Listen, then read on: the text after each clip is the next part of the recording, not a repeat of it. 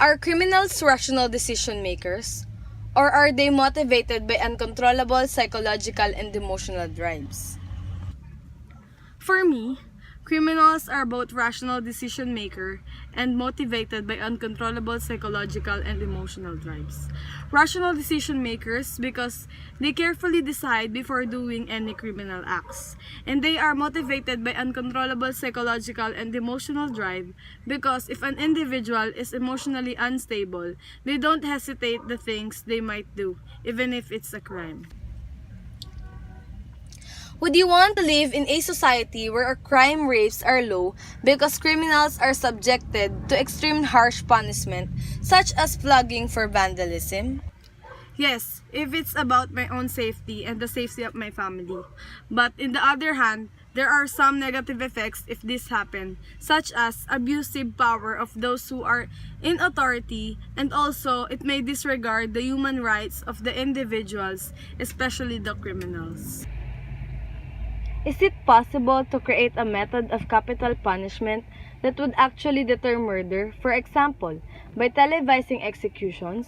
What might be some of the negative consequences of such a policy?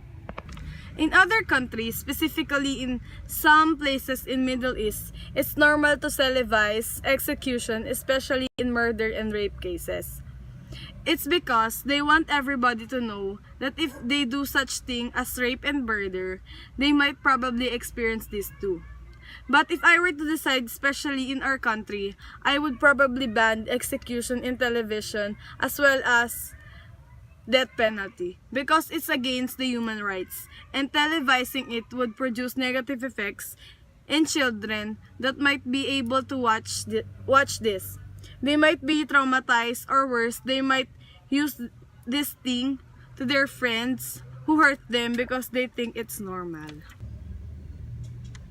What should be done with the young children of violence-prone criminals if in fact research could show that the tendency to commit crime is inherited? We should teach children in their young age the difference between right and wrong. We should put on their minds that not everything that adults do are all correct. As an individual that already know what's right, we can help them to prevent children inherit crime.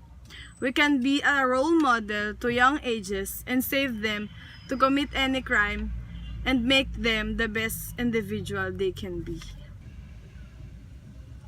After considering the existing research on the subject, would you recommend that young children be forbidden from eating foods with heavy sugar content?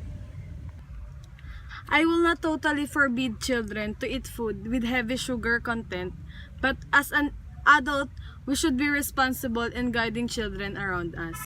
Instead of prohibiting them, think of best ways such as regulating them in eating foods that may cause of their aggressiveness. Research shows that kids who watch a lot of TV in adolescence are more likely to behave aggressively in adulthood. This has led some to conclude that TV watching is responsible for adult violence. Can this relationship be explained in other way? It is true that those children who always watch a lot of TV in adolescence may probably become more aggressive in their adulthood because they tend to do what they see in television. But it's the responsibility of the parents to guide their children to what are the right shows that children can watch without adopting any violence on it. Parents can't control the TV shows, but they can control their children. Do negative labels cause crime? Or do people who commit crime become negatively labeled? That is, are labels a cause of crime or a result? Yes, I believe that lower class cultures are still existing, but they think that they are being underestimated by those middle class culture, and it is the reason why they are prone to commit crimes, for them to receive recognition to those higher levels. Once weakened, can a person bonds to society become reattached? What social process might help reattachment?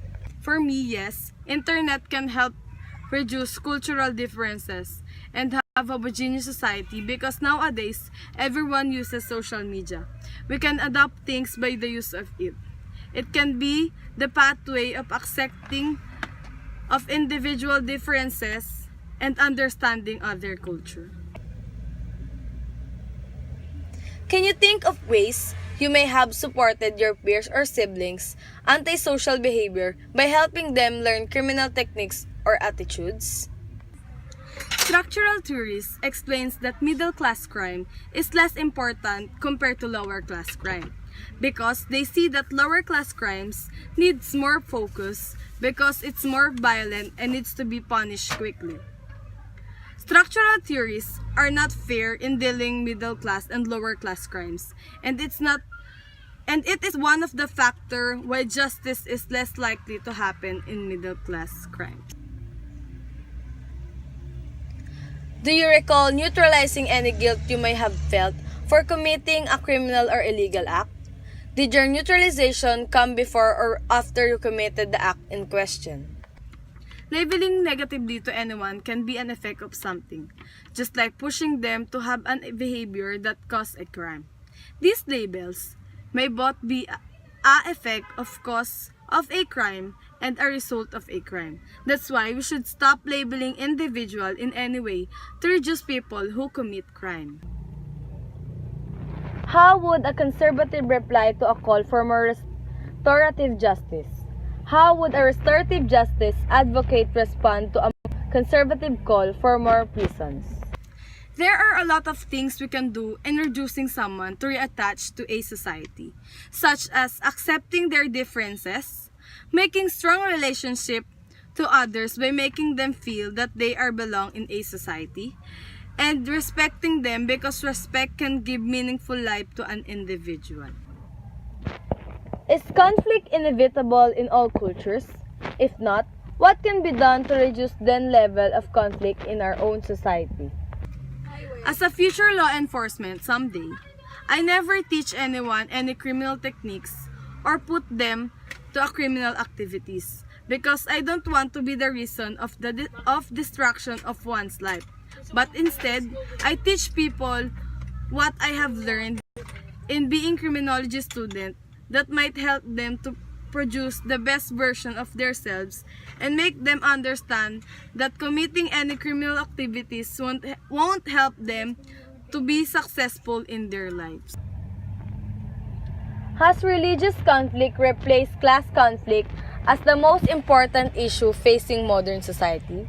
Can anything be done to heal the rifts between people of different faiths?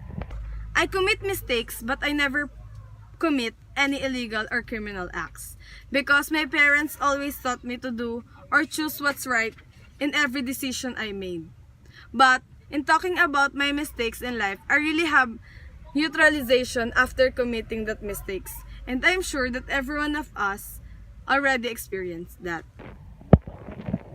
Do you believe a distinct lower class culture exists? Restorative justice may be one of the conflict to those conservative people or offended party because in restorative justice, focusing in reconciliation with the victims only and not bringing the criminals to prison. For me, a person who commits crime should get equal punishment based on the level of crime he or she committed. Will emerging forms of communication such as the internet reduce cultural differences and create more homogeneous society, or are subcultures resistant to such influences? It's normal that all cultures suffer from some conflict because we're all different. The reason of those conflicts is sometimes we feel envy to those people who are more capable to have things we want.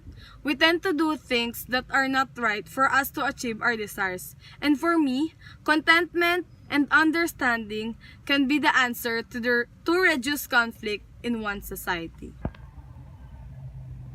How would the structural theorists explain the presence of middle-class crime?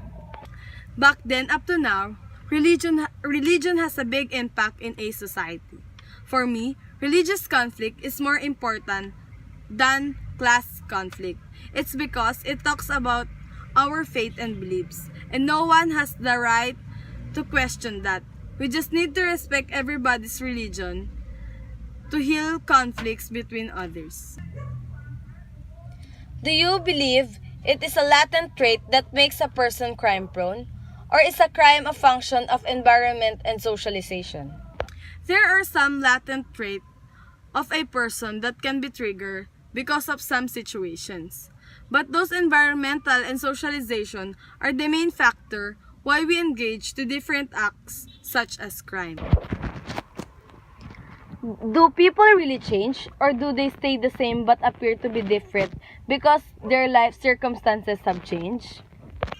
Based on developmental theory, people really change not just because of their life circumstances, but because of the surroundings that they are belong.